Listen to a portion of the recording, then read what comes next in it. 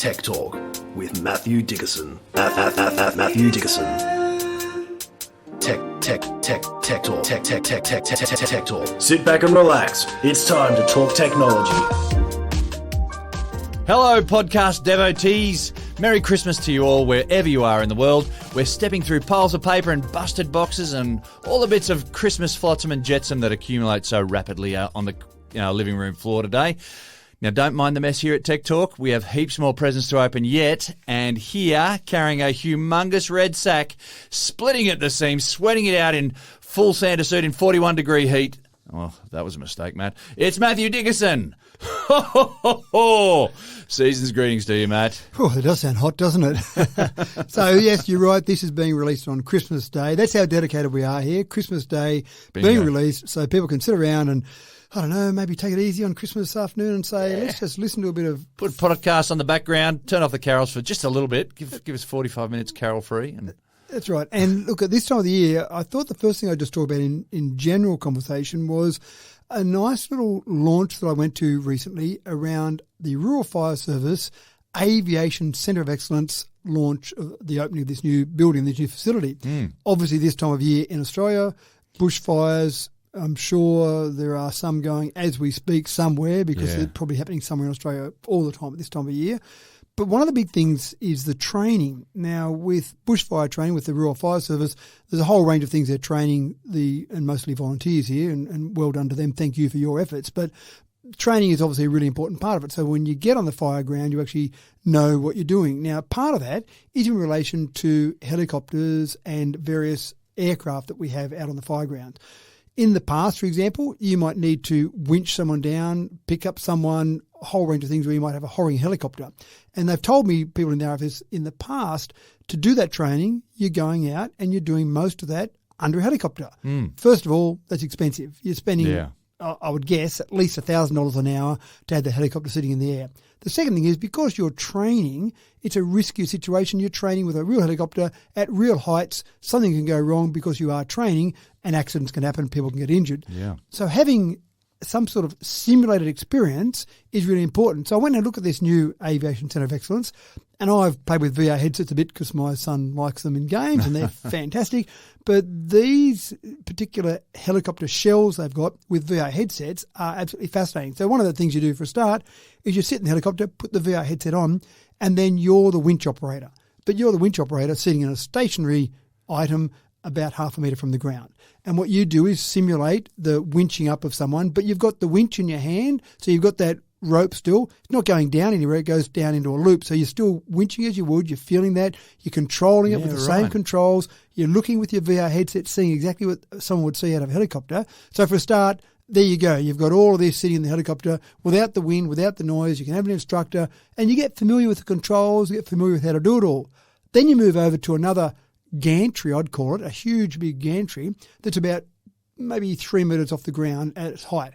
And so you can practice on that, actually hooking in to a winch or picking up someone from a winch, and it winches you up. And the most you're going to do is you're going to fall from maybe 2.5 metres. So that might sting a little bit or maybe sprain your ankle, but you're not going to die from that. You do all this training in this environment, then the last part of your certification is to go out with a real helicopter. But you're familiar with it all. You know it all. Yeah, that's right. And you haven't had to do those early steps, as you said, spending that enormous amount of money and taking that enormous amount of setup as well. Yeah, that's right. So you've also got another part of the simulator training where you're sitting in the helicopter, again, the pretend helicopter with your VR headset, looking at a fire ground. They can make fires appear anywhere.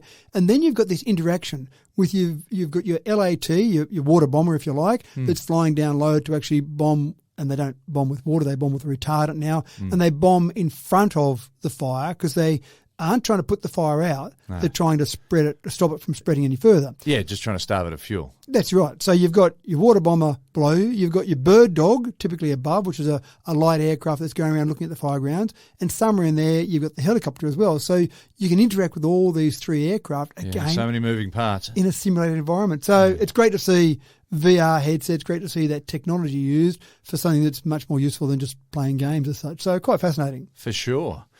Well, let's not delay another second here. We have some good goodies here to rip into, so let's get stuck in. Now, if you've indulged in a little bit too much this festive season, and have no capacity to join the game of cricket out in the cul-de-sac, don't worry.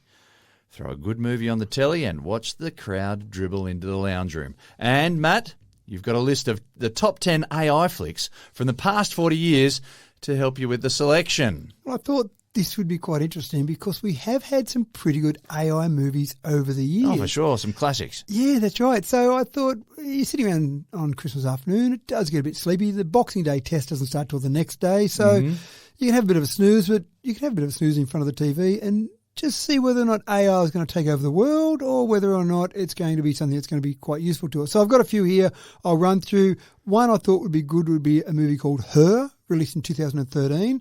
The voice for this particular AI is voiced by Scarlett Johansson, and essentially this is a relationship that builds up between AI and a human. And I find myself, when I'm asking ChatGPT a question, I find myself saying please and thank you. And I catch myself, and why am I doing that? It's just a computer. But you start to feel this relationship building up there. So that's exactly what happened in Her. So that's not a bad one to look at. War Games, of course, an absolute classic release back in 1983. A very young Matthew Broderick is in this particular one.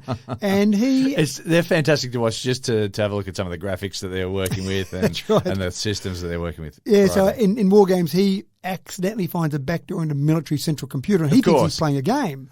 And, of course, he's about to start World War III, so that's not a bad one either.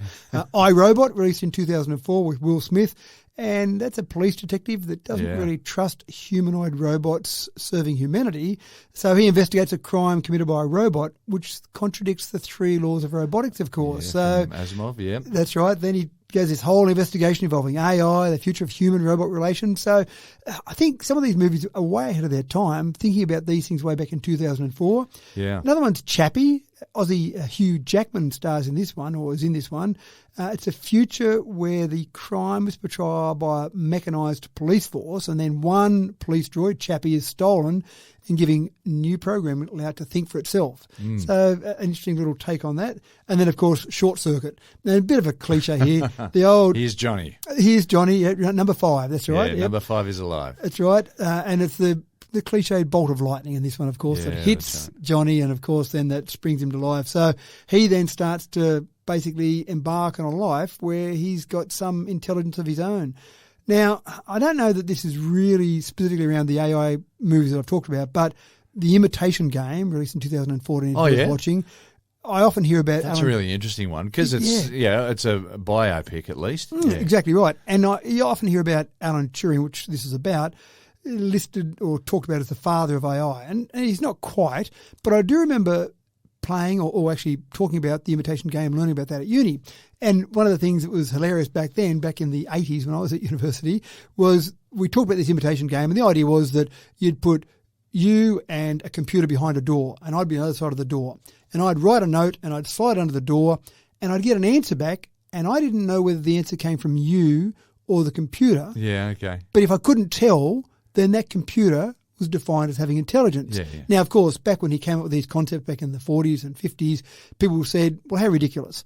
You would never have a conversation just with text. You'd always have a conversation via some sort of verbal or audio means, and you'd be able to pick up that was a computer. But now, of course, so much of our communication is via text, with social media, with email. Yeah. Do we really know we're having a conversation with a computer or a human? So what I loved about the Imitation Game was seeing them build that essentially the first computer. Before that, computers were usually women who worked with NASA and whatnot, and they were doing all the calculations and whatnot. And he's developed this machine to do the same job. Yeah. And that's when we started calling machines computers. Yeah, that's right. So fascinating looking at all of that. And, of course, I've got in there probably more based on my love of Douglas Adams more than anything else is The Hitchhiker's Guide to the Galaxy. Of course, yes. And, of course, I love Marv and the Paranoid Android, who talks about having the brain the size of a planet and then gives some simple tasks like open the door. And he does complain bitterly about that. I'm so overqualified. I've got a brain the size of a planet and you want me to open the door. And you do wonder at some stage whether AI is going to say to us, what, you're asking me to give you a recipe? I could solve the world's problems. I could tell you the meaning of life and you want a recipe. A couple of ones just to finish off. AI, artificial intelligence, which seems like an appropriate one for this segment. 2001, that was released. Ron's Gone Wrong, 2021, and Wall-E back in 2008. Wall-E, course. I'm What not a sure. classic. I'm not sure how people like to I pronounce noticed that you didn't one. bring up any of the Terminators there. That's good to know. Look, I did think about that. I thought, Leave it out. Was that really a glimpse of artificial intelligence, or was just the future coming back to talk to us? So, I didn't know. Look, there's definitely artificial intelligence there, but we'll try to steer away from the totally dystopian future. I noticed you mentioned Wall-E, but we'll give you grace out of that. Yeah, thank you. Yeah, so there's a few selections. Obviously, there's lots of other ones that mention AI, but I just thought they might be something to get you thinking about things on Christmas Day, then forget about them as you go on for the rest of your celebration. Go out and play cricket.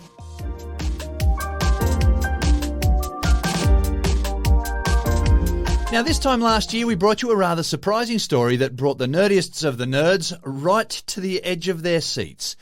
12 months later, we have the results from this year's Microsoft Excel spreadsheet World Championship, ladies and gentlemen. And the nerds can flip out once again. Matt, you have to burst this bubble of suspense. How has the big dance unfolded this year? Well, I'm going to keep the suspense going a bit longer. It was at the HyperX Arena, and of course people associate that with games more than Excel spreadsheets. And look, I do fancy myself a bit of an Excel expert. In fact, technically, I've got the qualification that says Microsoft Excel expert, but I don't want to gloat on that for too long. But this would be absolutely fascinating to see what they do. Oh, so they haven't run it yet? No, they have. They have? They have, yeah, but I'm just trying to drag out the winner, you see. All right, okay. So they actually go through, and there's a whole range of problems. They do 30-minute sessions as part of the competition. So you're basically there. You're given a range of challenges and some errors in what's in the spreadsheet as well. So you've not only got to solve the data challenges, you've got to work out where the errors are. So I'm just picturing a whole lot of big screens and a whole lot of spectators standing around watching people plug away on these spreadsheets. It'd be fantastic. And the audience going, look, he forgot a bracket there. Oh, that's going to cost him, isn't it? T20 cricket's got nothing on this. That's right. I'm sure there's lots of music and lots of commentators commentating on all sorts of things. Oh, look at him. And so you go through and your score is updated on a regular basis, and every 5 minutes people are eliminated based on the lower scores. Oh, really? So it sounds like it's fairly stressful. You've got to go fast. You've got to go fast. And you've got to solve problems quick. Exactly right. Now, we've got a champion in this country called Andrew the Annihilator Nye. Of course, he's got a name like that. He's a two-time world champion before the championships this year. Now, there was a bit of will annihilate your spreadsheets. He will, absolutely right. Now, there was a bit of an upset because he made it down to the semi-finals, but he got eliminated in the semi-finals. Oh. I know, tragic. But there was a computer glitch, believe it or not, and the scoring system didn't update correctly, so he was uneliminated. They realised that the scoring system didn't work properly. A bit of a computer glitch. Controversy at the World Championships. Absolutely right. You can imagine his opponent and that was quite happy to go through, and then it was recalled, and then Andrew went through, and after that little glitch, he went on to win for the third time. Wow. So Andrew Nye is the world champion again. Now, after all of that, especially after the controversy, after the disappointment of being eliminated, and then the excitement of being brought back in, it's a bit like DRS, isn't it? You're walking off, oh no, you didn't nick that ball. Then he only won $3,000. I thought they could have put a bit more on than $3,000 for first place. Maybe this is just the start. Maybe in another 10 years' time, we're looking at houses and cars and maybe. stuff. He won a championship belt as well, so maybe you could take that to your resume. That's what you're really in it for, aren't you? That's right. But putting that in your resume wouldn't be too bad, would it? If you want your Excel problem solved, get a world champion Exceller. What do you train for that? I mean, outside of just knowing how Excel works. Get throwing problems at you, I guess. I don't know. Someone's got to prepare a spreadsheet with problems in it. I actually find myself sometimes using Excel. If I've just got to do some basic maths and you can just put up a calculator, I sometimes think, you know what, that'd be better in Excel, because if I'm punching numbers in a calculator, then I could make a mistake and then I've got to start again. Where if I punch them in Excel, you've got to go looking for where you've made the mistake on a little skinny little screen. Yeah, that's right. Whereas in Excel, you just punch them all in there and still add them up. Yep. So I do go to Excel for lots of things like that. But anyway. Look, I like to nerd out on a spreadsheet myself, but there's a limit to how far I can nerd out. True. I'm not watching it on a big screen. Yeah, fair enough too. Right. Well, congratulations to Andrew well done. World champion again. Very good.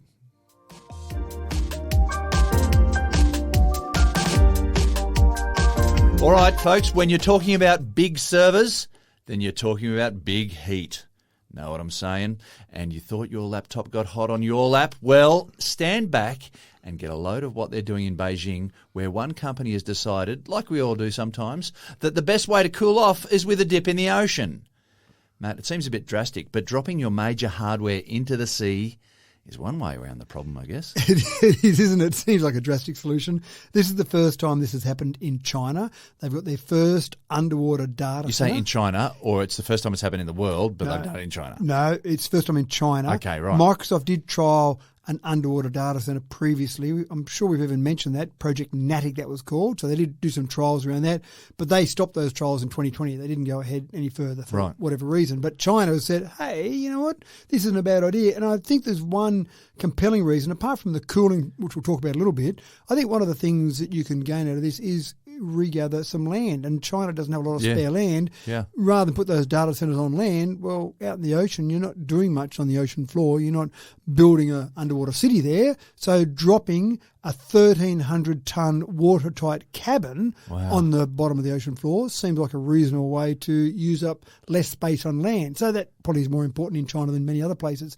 The goal is to reduce power usage because obviously they've got some of the ocean's natural cooling properties being a bit colder. Yeah, that's right. You've got moving currents of water, and that'll be fantastic. That's what we really so need. what they're doing, and this particular one, they've got one as a trial at the moment, but the idea is they're going to deploy 100 of these underwater cabins to have lots of data centers there. Huge demand for data centers with AI, with cloud storage. So it becomes a bit strange. Will we start calling it sea storage instead of cloud storage? Because it's kind of, it used to be up there somewhere, now it'll be down there somewhere. Down so in that the might be a bit of a depths. change. But they are trying to do it where they're using those passive seawater currents that you mentioned to keep it cool. You'll still have some traditional cooling systems inside this, and the energy efficiency is meant to be about 40 to 60 times more energy efficient. Now, there's still going to be times when they're going to have to go and physically touch these servers. So I don't know whether the most efficient way will be to send people down in scuba outfits and have some sort of entry from underneath, presumably, that doesn't allow water in, or whether they bring it up and say, right, do your work on it, you've got a day to work on it, and then drop it back down again. And I remember talking to someone about data centres in Sydney at one stage, and they're talking about locating those data centres further afield than Sydney, and they said their clients that have servers in these data centres like to be able to go and touch their servers. And I said, well, how often do they do that? And they said, never. But they like the idea they could, if they wanted to. That's right. Just That's go their and, baby. That's right. Go and open the door and walk in and touch my data server. So under the ocean, I'm not sure if people will be comfortable with that, saying, well, you can touch it. You just got to get your scuba license and go down. Very James Bond. It does, doesn't it? Yeah, yeah. You can see a movie being done with the data centers underwater. So at this stage, the depth of these is only about 35 metres. Now, 35 metres, you're still subject to some of the temperatures from above, some of the conditions from the outside world. So you're not going to get ridiculously cold there, but I think what you'll get is consistent temperature. So it might be 20 degrees Celsius, but always 20 degrees Celsius. So at least you'll have that consistency. Yeah. There's another company called Subsea Cloud, and they're looking at deployments of 3,000 metres.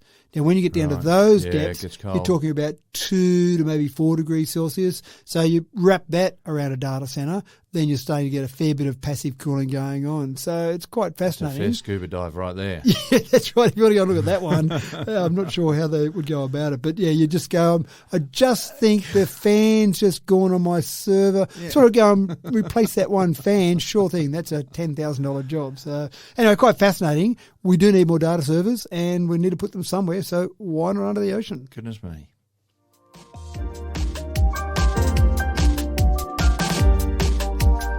Keeping one step ahead is the key for the modern military. Well, we're about to see how in a world with fancy cameras everywhere that can see everything, modern camouflage requires a bit of AI to keep you hidden. Matt. Well, this is really one of those cases, I think, of leapfrogging.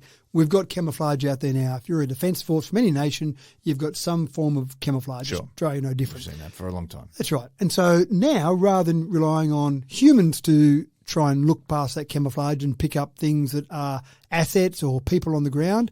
They've now got AI doing that, and that can be a bit more accurate. It can be looking for specific shapes, even certain colours if you know the sort of camouflage that someone might be using. So if you've got AI beating the human designers, then the idea is to get the AI designers to beat the AI camouflage detectors. So it's become an AI arm wrestle. That's right, exactly right. AI trying to beat itself. That's right. So if I was AI, what would I be looking for? So let's design some AI camouflage to beat the AI tools that are trying to look for the AI camouflage. Yeah, wow. So sounds complicated. So the Australian Defence Force is doing this at the moment. They've got basically the whole use of AI thrown at this problem to design patterns, to design camouflages. And we're talking about whether it might be tanks, whether it might be any sort of equipment you've got, but plus people as well. You don't want your people to be seen as well. And they're using some generative AI, similar to, say, DALL-E 3, in developing patterns, which is the first thing they're doing, and then designing how that all might look to be able to put over things on the ground. Of course, the next step will be that AI will go, I know what you're doing, AI, so I can detect what you're doing. Where does it all end? So it's quite interesting, but certainly it is a bit of an arms race for detection of AI around this one in particular. Trying to keep one step ahead, as I said earlier.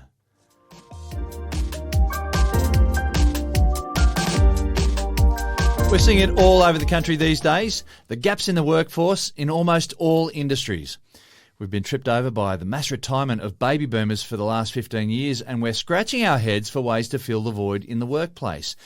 In stark contrast, AI has been threatening to steal jobs from people, but the doom and gloom of AI oozing into the workforce is now being reframed as potentially a light at the end of the tunnel, and it's starting to plug some critical holes, Matt. Back in 1865, Jevons paradox was first phrased or first coined. Wow, this has come out of this is out of the woodwork, literally, yeah? It is, absolutely right. And at the time, there was a book written by William Jevon, who was an economist, and he said that technology improvements in the use of coal has led to an increase in the consumption of coal because it becomes more cost effective. And hence Jevons paradox was born, which basically said that as any technology progresses, the increase in efficiency which is occurring because of that actually results in more resources being consumed because it becomes more efficient and makes it more effective for people. And you can look at something like cars, for example. Cars are much more fuel efficient now than they ever were in the past, but we're using more petrol because it's cheaper for people to travel around using cars. Well, back in the 80s and 90s, we were talking about moving into a paperless society. And how much paper do we produce now? I reckon we're using more paper than we ever did before. Yeah, so Jevons paradox is quite an interesting one around technology. And I think it applies in this particular story. Now, I'll go into more detail about this story, but just stick that little Jevons paradox in the back of your mind. So Relevance AI is a company co-founded by a couple of Aussies. It raised $15 million initially, which is not a lot in terms of some sort of IT startup. In Silicon Valley, they kind of throw $15 million on the table for lunch sometimes. So often they're hundreds of millions of dollars. But this launched back in 2020, and it's really gaining some traction now. They've had 6,000 companies they've helped. They've got 250,000 tasks. And what they're really focused on is whatever your job, whatever your thing that you're doing is, you might be able to just use some help in some of the repetitive parts of that. So don't cut your team. Don't say, right, everyone, we're going to sack you all and we're going to replace it with this. We're going to have some simple tasks that are going to be helped or aided by some AI. And the simplest example that I thought of, and I do a bit with radio stations, and some of the radio stations, when I'm sitting there waiting to do my segment, they'll have the weather, and you can see them getting online and they're looking up the weather for the day, and then they're scribbling down the weather, and then they do it half an hour later, and they do it. And I thought that'd be a perfect example of a repetitive task that you could surely program some sort of AI tool to say, I need 5 minutes before the hour, the latest weather for these 3 locations, and there it is, ready for you to read out as a radio announcer. Yeah. So it's that sort of thing. That doesn't mean you replace the radio announcer. It just means the radio announcer, rather than focusing on that for 2 minutes each time he has to do it, he or she has to do it, then the radio announcer can say, let me come up with some other clever thing to do or some other competition or something else using human creativity. And so I think that's a really simplistic example I've come up with there, but they are helping a whole range of organisations. You've got companies like MYOB, Microsoft, Mirvac, Unilever. These are companies they've already got as clients for some of these little things they do. Now, I don't know what they're doing for all those companies. They're not going to give away that sort of information. But one of the things that's really important is we've got wonderfully, fantastically, an ageing population because of our wonderful health facilities in this nation. Yeah. But we're going to have less people in the workforce to do the work we need, including looking after our ageing population. So we need to be able to work out ways to make us more efficient. And if I look on the bright side of AI, that's what we're going to have, more efficiency. The dark side is, of course, we all have nothing to do because AI is doing everything for us. McKinsey, and I've got a fair bit of time for McKinsey, this is a Boston consulting company, they said that AI could add $6 trillion annually to the global economy. I don't know the background, all of that, but when McKinsey says something, usually there's a fair bit of good science behind that. So that's all fascinating. But Jevons paradox does apply here because I think in this scenario, AI will create more job opportunities. They'll be different to what they are now. You may not have someone doing that repetitive, boring task, but that same person might be needed to do something a bit more creative, a bit more left field, a bit more something that humans can do that AI can't do. So that's the good side of it all. That's my hopeful side of it all. It may not turn out quite that way. But, yeah, it'll be interesting to see what happens nevertheless. And I do want to apologise for my misuse of the word literally before as well. Just in that intro. Good. Just back up. I hate it. Figuratively. I've been sitting there just grating away in the back of my mind. That's all I could think of. I won't mention it to James.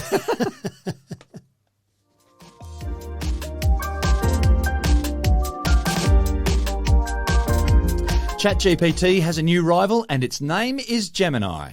It's from Google and Matt's going to tell us about the tricks it can do. Matt, there's a new kid on the block and he's a big talker. He is indeed. And this is after Google's earlier. Remember Bard? We talked about Bard. It was going to be the ChatGPT killer and it kind of just went away a bit. It didn't really gain for the much time momentum. being, but we've only been talking about this for 12 months. Well, we have. You're exactly 12 right. months is a long time in the world of AI, though. Oh, absolutely right. 12 months is a long time in the world of technology. But I think Google are at the point now where they're saying, Bard, you didn't go so well. That name's a bit tarnished, so we'll give up on you. And we've now got Gemini. So this is their new kid on the block to take on ChatGPT. Now, when you consider that ChatGPT has gained 100 million users over the last year, that's quite incredible. So obviously Google is saying there's a bit in this. We better chase this up. Bard didn't go so well, and one of the criticisms it faced was for political bias, which you don't want when you're researching things. When you're asking for some independent information, you don't really want some sort of political bias. So maybe they just thought the name Bard was too tarnished. When you look at the new one, the Gemini, they've got a score. There's the MMLU score, the Massive Multitask Language Understanding score. I kid you not. That's a real thing now, folks. A real thing. Remember that. And even when I saw that initially, I went, massive multitask. Could you come up with something better than that? It just seems like some little kids come up with it, doesn't it? Right. That's massive, that one. So Gemini in this particular score, the MMLU score, scored 90, whereas ChatGPT has scored 86.4. Now, that's Google telling us that. Yeah. And, of course, that's Google saying, well, obviously our product is better than ChatGPT. But because it's so new, the first one that comes out with this real change, ChatGPT, doesn't mean it's going to be the best one.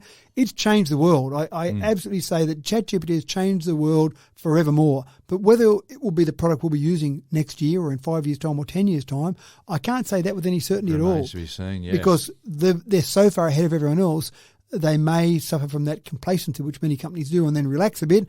And next thing you know, Gemini comes along. Meta's out there working on products as well. So everyone wants a piece of this AI action. Whether or not Gemini is the one, well, it's interesting to see. But it's whenever I hear a story about this, sorry to interrupt you there, but I think about travelling back to the 80s and how VHS was not as good a system as Beta, but VHS won outright just because people got on board with VHS. Well, and it's a great study on the whole VHS versus Beta process, isn't it? And again, it just comes down. That went behind it. That's right. Sometimes it comes down to who backs it, the marketing behind it, a whole range of things there. But one strength that Google has, of course, is that you've got YouTube, you've got Gmail, you've got Google Maps. People are using these things all the time. Yeah. If they've got a product they can incorporate to those, I mean, there's that little search thing as well that people do with Google. Yeah. So if you incorporate some product into all of those, then suddenly people go, well, that's the standard now. So ChatGPT, people have got to choose to use it, whereas without knowing it, they might be using Gemini just in their day-to-day searches. So, and Google are very familiar with how to dominate. Oh, are they? What? So it's a fascinating area. And what I love is all this competition hopefully drives better products, hopefully ethical products, hopefully products that help all of us, help mankind. Hopefully ethical products.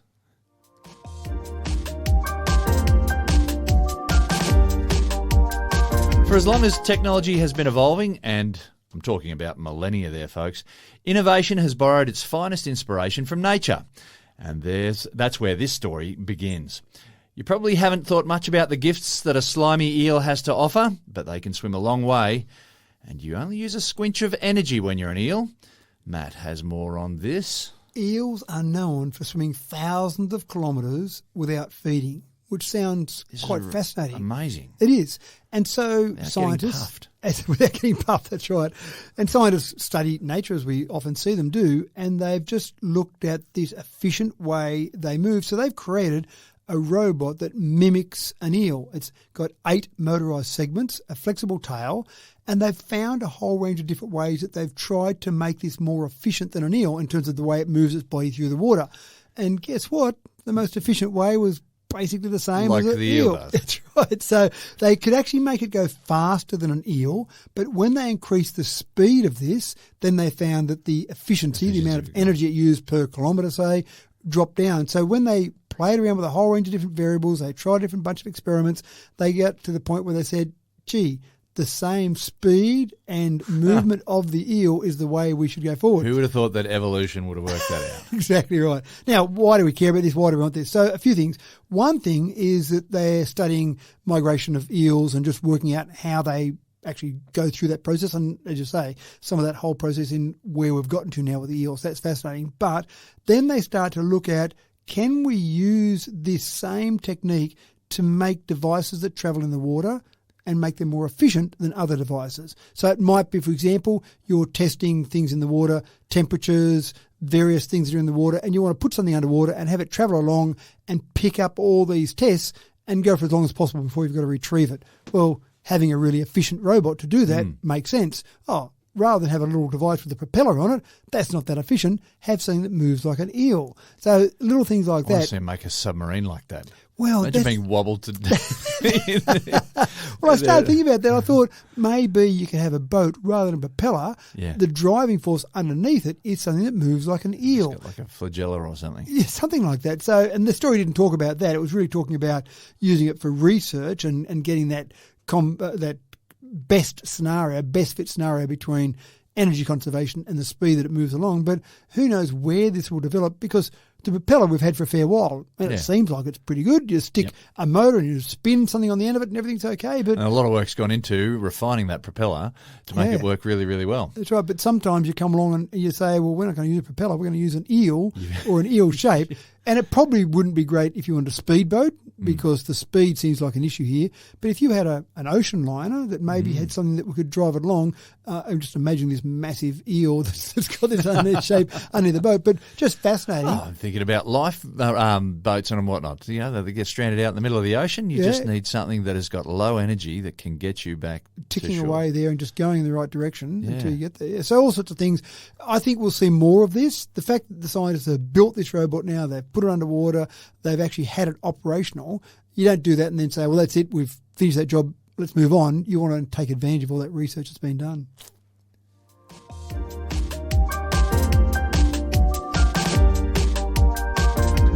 Virtual reality made a flying leap into the entertainment industry as a bit of a novelty about 7 or 8 years ago, if I'm not mistaken. I may be corrected on that.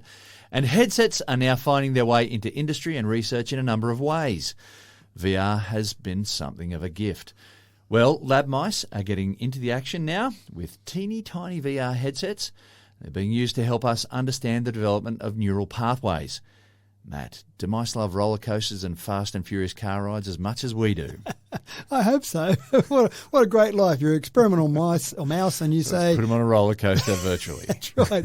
Now, I didn't realise this was such a problem, but apparently when you've got 2D screen projections, good old-fashioned screen in front of a mouse, then they get a bit distracted from things around the lab environment. So you're trying to build this environment that creates something that the mouse is focused on.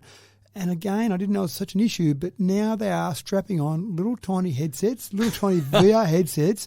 They've got custom lenses in them. They've got tiny OLED displays, a 180-degree field of view for each eye, and then they can actually put things into there and then see what happens in the brain. Now, I imagine that you put a cat in there, for example, and see how the brain reacts. You have a predator come along. Scare the hell out of these things and laugh your way That's right. all Now through the day. They still have them on a treadmill, apparently. So they've got them on the treadmill working away, and then you put these various images on them to see how their brain reacts, how their feet react. In other words, if they start running faster, if it's a cat there they see, they start running away from it, but it's in front of them, so they'd be kind of running towards it. If they ran fast, they'd be trying to turn around maybe.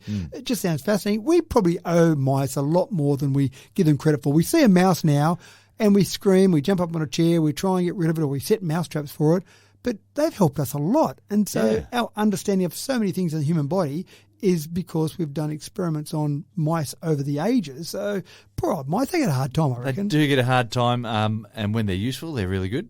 Yeah. But when they're just eating through your cereal boxes and whatnot in your cupboard, that's just So annoying. you're not giving them the sympathy that I'm trying to give them here. But this does sound fascinating, doesn't it? And again, I love the idea of these discussions where people come up with this. Sitting around a project planning meeting or a boardroom. Now, I've got this idea that we should put VR headsets on mice. And everyone says, so, have you been drinking this morning? What are you thinking about here? Because it just sounds like a crazy idea. But then obviously someone's gone, well, maybe we could do that. And then how do we develop that?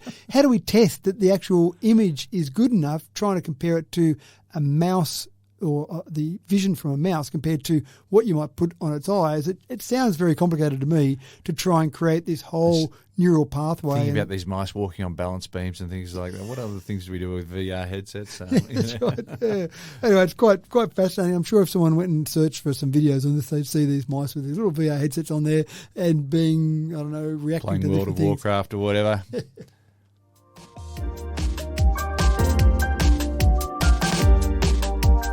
Now, here's something about cryptocurrencies that I bet you didn't know. Trading Bitcoin is a really thirsty job.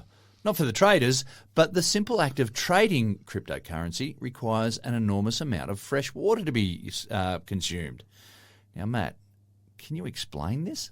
It does sound a bit complicated. Now, we've used the universal measuring tool for water, which is swimming pools. With the swimming That's pool, right. yes. Everyone understands that one. So a single Bitcoin transaction consumes enough water to fill a swimming pool.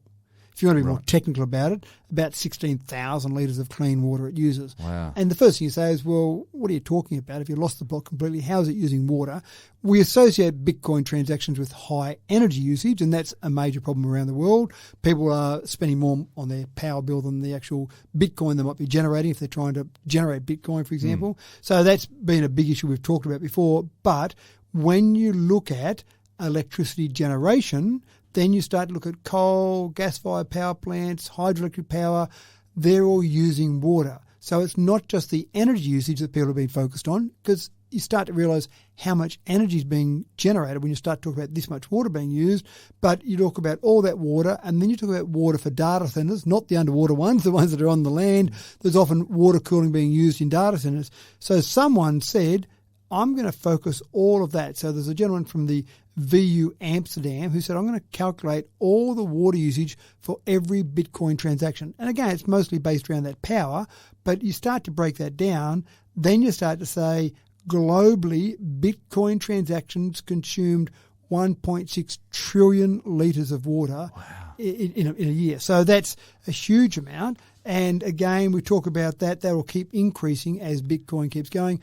Are we at the stage now where we're going to give up on Bitcoin? You and I have talked about it a bit, and it doesn't seem like it's going that well. Things have got a bit quiet in the news about cryptocurrency recently, and it only took a couple of big collapses with a couple of versions of cryptocurrency, and people are starting, getting a little bit spooked. That's right, and we've talked about it before, that we don't want to give investment advice on this podcast, but from my perspective, the amount of Bitcoin that I've ever bought is zero because I don't have enough confidence. And its greatest strength is its greatest weakness. The fact that you've got no big, scary central government controlling it all sounds like, yes, we can beat the government on this, but that's also its greatest weakness because there's no big, scary government controlling it all. So it does seem like, you're right, I haven't heard as much about Bitcoin or any cryptocurrencies in the news lately. I've only seen documentaries and things about things that have gone wrong.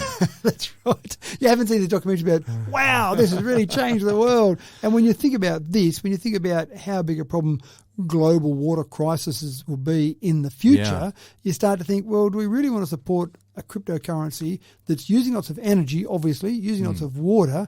What's the future for this? It doesn't sound that bright. So if you weren't sure about it, if you're thinking about maybe not going down that path, then this might be another nail in the coffin. And that's all we have for you today, folks. A nice little something extra to what has hopefully been a bountiful Christmas season for you all. But we've left you with a little bit room left for Christmas pudding.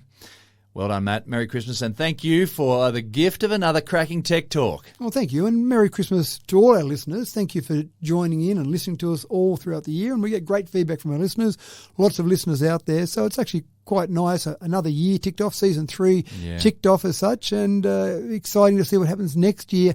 In fact, we will do a best of after this particular one and just do a best of the year, but it's always fascinating going back and looking at that first few months of the year to see what we're talking about and then see what's happened over that year. It's amazing how much changes. So enjoy your Christmas afternoon listening to this, maybe watching some of those movies that we talked about, and look forward to our next best of, and then next year crack it open and it'll still be forging ahead with a whole range of new things. Yes, thank you for allowing us into your headspace this year. It's been another fantastic year chatting away about the latest and greatest gadgetry and finding ways to navigate our way safely into the future. I'm James Eddy, wishing you a very Merry Christmas and a Happy New Year. I've got to clear off now before I get roped into all the cleaning up. Be sure not to lose our number and pick us up in 2024, just where we left off in 2023. We'd be delighted to have you come along for the ride. Until then, from Matt and I, take care and enjoy your time off.